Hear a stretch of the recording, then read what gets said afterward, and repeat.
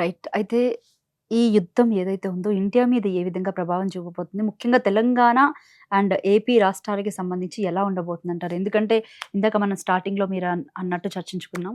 So, చాలామంది ఇప్పుడు for example ఒక 10 మంది పాస్టర్స్ ఏపీ నుంచి, తెలంగాణ నుంచి వెళ్ళినటువంటి వారున్నారు. ఇప్పుడు ప్రెజెంట్ వాళ్ళ దగ్గర కనీసం డబ్బులు గూడా లేకుండా చాలా ఇబ్బందులంటే అవును. పడుతున్నారు. కనీసం అవును. వాళ్ళకి అకామిడేషన్ గూడా లేదు. ఈవెన్ ఫుడ్ కూడా లేనటువంటి పరిస్థితి. పరిస్థితి. మరీ ముఖ్యంగా చెప్పుకోవాల్సిందేంటంటే వాళ్ళకిప్పుడు ఇండియా రావడానికి కూడా they flight don't have tickets. Any flight tickets కూడా వాళ్ళ దగ్గర లేనటువంటి పరిస్థితి. అండ్ మరీ ముఖ్యంగా ఇక్కడ ఏపీ గాని, తెలంగాణ రాష్ట్రం కానీ సంబంధించి టోల్ ఫ్రీ నంబర్స్ అయితే పెట్టడం జరిగింది. కానీ వాళ్ళు పెద్దగా రెస్పాండ్ అవ్వట్లేదని అక్కడ ఉన్నటువంటి బాధితులు చెప్తున్నటువంటి మాట. సో, మనం దీన్ని అసలు ఏ రకంగా చూడొచ్చంటారు? No, I'm glad that you mentioned the ground reality. Hmm. వాస్తవిక పరిస్థితుల్ని మీరు మా ముందుంచారు.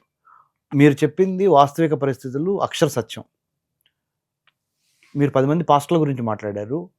కొన్ని వేల మంది విద్యార్థులు అటు ఇరాన్‌లోని ఇరుక్కుపోయారు, ఇటు ఇజ్రాయెల్‌లోని ఇరుక్కుపోయారు. తర్వాత కొన్ని లక్షల మంది కార్మికులు భారతదేశం నుంచి, కొన్ని వేల మంది మన ఆంధ్ర, తెలంగాణ నుంచి ఈ 6 గల్ఫ్ కోఆపరేషన్ కౌన్సిల్ కంట్రీస్‌లో పొట్టకూటి కోసం వెళ్లారు ఇక్కడి నుంచి. అవును. అవును. వాళ్ళని తీసుకొచ్చే గురుతర బాధ్యత కేంద్ర ప్రభుత్వంది. ఎందుకు అంటే మినిస్ట్రీ ఆఫ్ ఎక్స్టర్నల్ అఫైర్స్ అనేది రాష్ట్ర ప్రభుత్వాల చేతిలో ఉండదు. విదేశీ వ్యవహారాల శాఖ is the ministry which is sitting at Delhi. So doctor S Jaishankar, my senior from Delhi JNU, and I work with Shri Ajit Doval sir, current national security advisor to the honourable prime ministries, జాతీయ భద్రతా సలహాదారు అజిత్ దోవల్ గారు. సార్ దగ్గర నేను పనిచేస్తున్నాను ఢిల్లీలో. And currently hour minister of defence Rajnath Singh గారు, మన నిర్మలా సీతారామన్ మేడం, మా JNU సీనియర్ అగైన్ ఢిల్లీ, వీళ్ళందరూ cabinet committee on security, CCS అంటారు. They have held a couple of sittings in the last 3-4 days.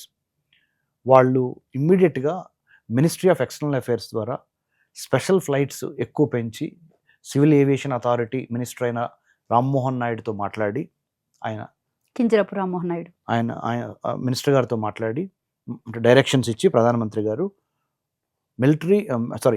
Ministry of external affairs, మన విదేశీ వ్యవహారాల శాఖ మంత్రిత్వం, సివిల్ ఏవియేషన్ మినిస్టర్, వీళ్ళు ప్లస్ మనకు సంబంధించిన Indian diplomats who are working as ambassadors in these countries, వాళ్ళందరికీ చెప్పింది ఏంటంటే ఒకటే మాట, ఎంత వీలైతే అంత త్వరగా safety security of Indians living in these countries must be taken care.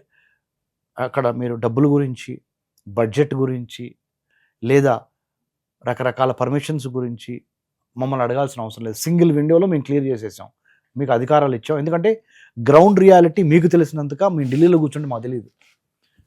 పత్రికల ద్వారా, టీవీల ద్వారా వచ్చేది వేరు. But you are serving as an ambassador of India in Kuwait. So కువైట్లో ఉన్న తెలుగు ప్రజలు లేదా భారతీయులు మీ దగ్గరికి వస్తారు. వచ్చినప్పుడు వాళ్ళకి త్వరగా కువైట్ కానీ, సౌదీ కానీ, బహ్రెయిన్ కానీ, ఎక్కడైతే అక్కడ మీరు వీళ్ళందరూ వెనక్కి చేయండి, ఏర్పాట్లు చేయండి. మేము ఎటువంటి అబ్జెక్షన్స్ పెట్టాము, బడ్జెట్ పరంగా కానీ, పర్మిషన్స్ పరంగా కానీ, ప్లస్ సివిల్ ఏవియేషన్ మినిస్టర్ కూడా మీరు సహకరిస్తారు. New flights to take care, right?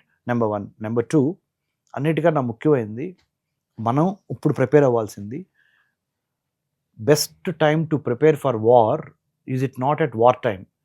The best time to prepare for war is at peace time. శాంతి సమయంలోనే యుద్ధానికి సన్నద్ధం అవ్వాలి మనం.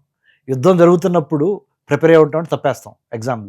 ఎగ్జామ్స్ రాకముందు చదవాలి కానీ ఎగ్జామ్స్ వస్తున్నప్పుడు ఏం చదువుతాం?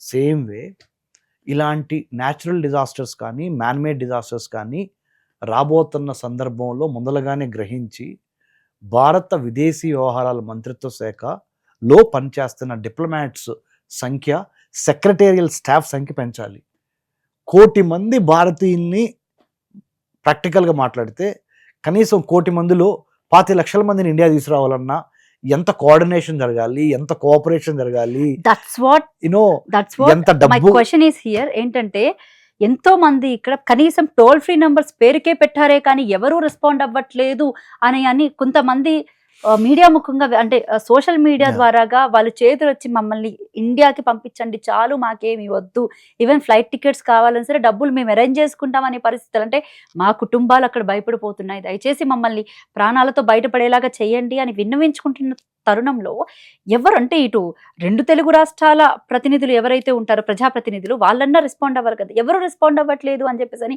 వాళ్ళు బహిరంగంగా చెప్తున్నారు అక్కడ ఉన్నటువంటి ఇరుక్కుపోయిన ప్రజలు. రైట్. వాళ్ళ ఎమోషన్ కరెక్టే. వాళ్ళు ప్రవర్తిస్తున్న తీరు కూడా గ్రౌండ్ రియాలిటీని, గ్రౌండ్ రిపోర్ట్‌ని బట్టి తప్పనిసరిగా ఆ బాధ, ఆ ఆవేదన, ఆ భయము, ఆ ఆందోళన వాళ్ళకుంటది. ఇక్కడ మన దగ్గర డబ్బులు లేకపోవటం కాదు, ఫ్లైట్లు లేకపోవటం కాదు.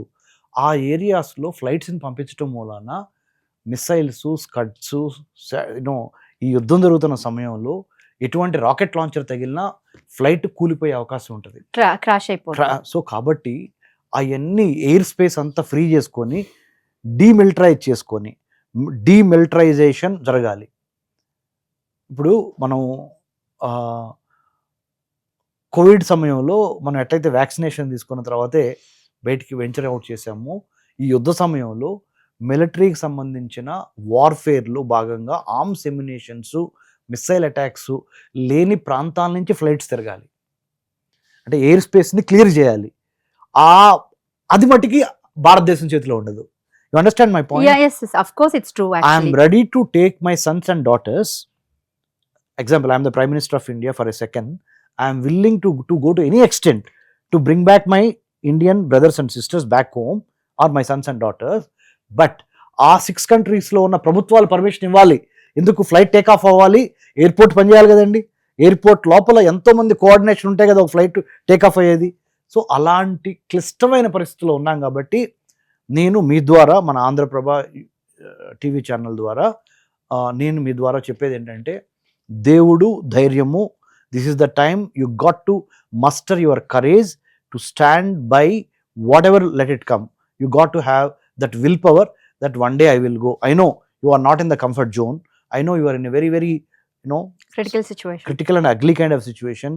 అండ్ లిబరలైజేషన్ అంటున్నాం, ప్రైవేటైజేషన్ అంటున్నాం, గ్లోబలైజేషన్ అంటున్నాం, గూగులైజేషన్ అంటున్నాం, అన్నీ అంటున్నాం, కానీ హ్యూమనైజేషన్ జరగట్లా. మానవత్వము, మానవతావాదం ఓడిపోతున్న పరిస్థితి ఉంది యుద్ధం ద్వారా.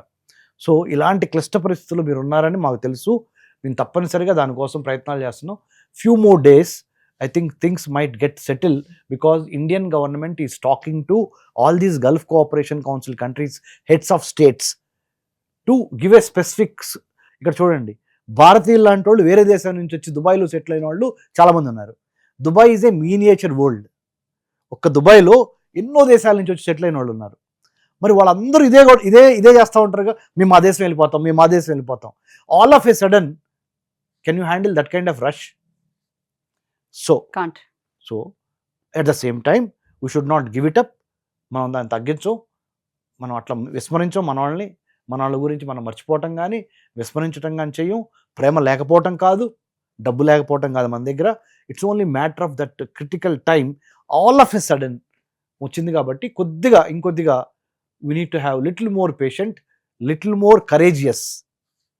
దేవుడు ధైర్యం అని చెప్పాను, అదే. You need to have the courage when you are going through tough times. Then only the real leadership comes out. మామూలుగా ఉన్నప్పుడు ఎవడైనా మాటలు చెబుతాడు. రైట్. అయితే డొనాల్డ్ ట్రంప్ నిజంగా చెప్పాలంటే హిట్లర్ లాగా నియంత అవ్వాలనుకుంటున్నాడా? అబ్సల్యూట్లీ. ఇట్స్ వెరీ మ్యావరిజం అంటే తెలుసు కదా, మ్యావరిక్ అంటే very unpredictable personality. He is not suppose to sit in that chair. You know why? He said, ఆయన ఏమని చెప్పాడంటే, I will make America great again అన్నాడు. అమెరికాని గ్రేట్ చేయటానికి నీకు ఇరాన్లో చదువుకుంటున్న 10 ఏళ్ల అమ్మాయిలు 166 మందిని పట్టున పెట్టుకున్నావు నిన్న. What crimes did they do? Tell me. If you have to hit your opponents in Iran, for an example, ఐతుల్లా Khomeini building అన్నావు, మిలిటరీ జనరల్స్ అన్నావు, లేకపోతే ఇంకోటి మిలిటరీ స్థానాలను కొట్టు. సివిలియన్స్ చదువుకునే పాఠశాల మీద 160. ఇప్పుడు can you bring back those 166 souls? No. So you might be having tons of money, but you can't get them, right?